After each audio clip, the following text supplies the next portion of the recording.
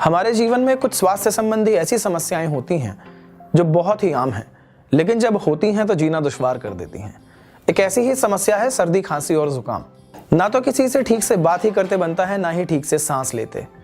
छींकते छींकते और खांसते खांसते हाल बुरा हो जाता है, सो अलग।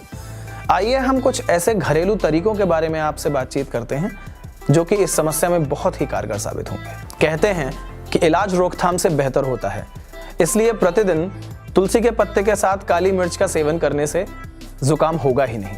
यदि आपको अक्सर खांसी या जुकाम की समस्या बनी रहती है तो सुबह खाली पेट गर्म पानी पीने की आदत डालें। कुछ ही समय में आप इस परेशानी से निजात महसूस करेंगे।